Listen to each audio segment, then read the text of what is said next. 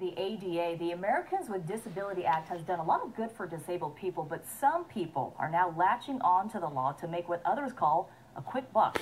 Tonight, KCAL's Serene Branson shows us who's cashing in on the ADA and why local business owners say they're the ones being targeted. They had their bathrooms closed down because they were making it ADA compliant, and they still got sued. On most nights, you'll find Roanne Mitchell talking to customers at one of her 2 Torrance bars. But she says 5 lawsuits in the past 2 years are threatening to close her doors. It's like a racket. At issue, a series of lawsuits saying she's violating ADA, the Americans with Disabilities Act, because of her bathrooms, something she doesn't dispute. It has to be 5 feet in radius all the way around. I'm going to lose space in my bar. That's fine. The building was built in the 50s, and she's been saving for the $30,000 remodel. I'm not ADA compliant. I want to be so bad. But as long as they keep hitting me with these lawsuits, the account that I put aside to become ADA compliant, they drain those funds. She settled the first 2 for $7 grand, but she soon found herself facing 3 more. It's scary. You know, you're not sure where it's going. But when I got my 3rd, 4th, and 5th, I thought, okay, this isn't feeling right. She got the feeling it wasn't about making it right, but about making money.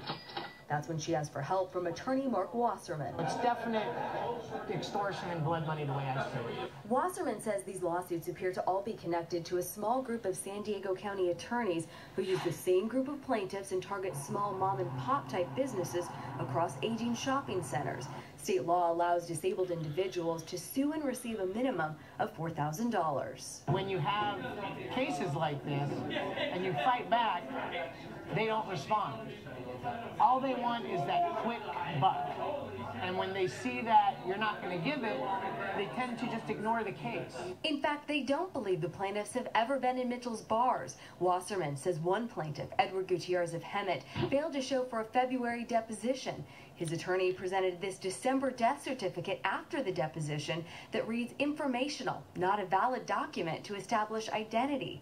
The plaintiff in the case against her other bar, High and Dry, Willie Fontano, also of Hemet, told us by phone to speak to his attorney, Michael Tavey, who did not return our calls. We have made it more profitable than narcotics. David Warren Peters is with California Citizens Against Lawsuit Abuse and calls the problem pervasive and widespread.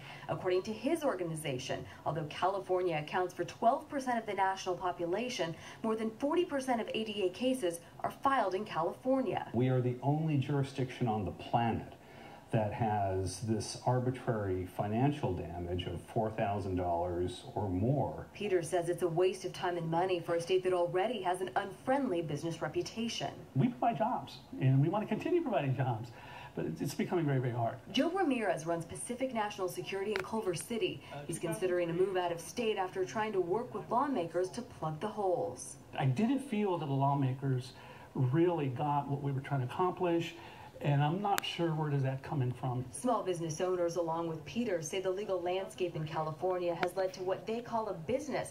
Attorneys who abuse the law for their own gain and undermine worthy, legitimate ADA cases. There are a group of attorneys sharing a core group of plaintiffs. Mitchell's attorney says they've received little cooperation from the plaintiff's attorneys, leaving her on a legal merry-go-round, spending money on legal fees rather than the bathroom she says she wants to fix. I want to have something to give to my family when I move on, you know, and if this keeps up, I can't. And that was KCAL's Serene Branson reporting there. There are 2 bills in the state legislature right now, but according to California Citizens Against Lawsuit Abuse, they seek essentially the same reform as bills that have never made it out of committee. The California Supreme Court recently concluded the state legislature has been informed of the problem but has failed to take sufficient action, essentially saying it's not their place to super legislate. Kent? Susie, California